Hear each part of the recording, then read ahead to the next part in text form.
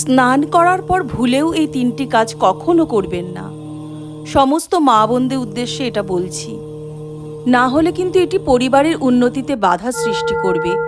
কি সেই তিনটি জিনিস সেটা জানার আগে সমস্ত মা বোনদের কাছে এবং যারাই এই ভিডিওটি দেখছেন সবার কাছে এই অনুরোধ থাকলো, যদি আপনারা মনে করেন আপনাদের বিপদে পড়লেই ভগবান হনুমানজি আপনাদের উদ্ধার করবেন, তাহলে কমেন্ট বক্সে জয় শ্রী হনুমানজি লিখুন এবং অবশ্যই আমার গুরুর উদ্দেশ্যে ভিডিওটিতে একটি লাইক করবেন।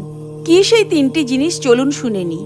স্নানের পর বাথরুমে খালি বালতি ছেড়ে কখনোই আসবেন না, এতে কিন্তু বাড়িতে নেগেটিভ এনার্জির আগমন হয়। দ্বিতীয় মারাত্মক দোষ হলো অনেকেই বাথরুমে চুল ফেলে দেন যত্রতত্র। এটা একেবারেই করবেন না।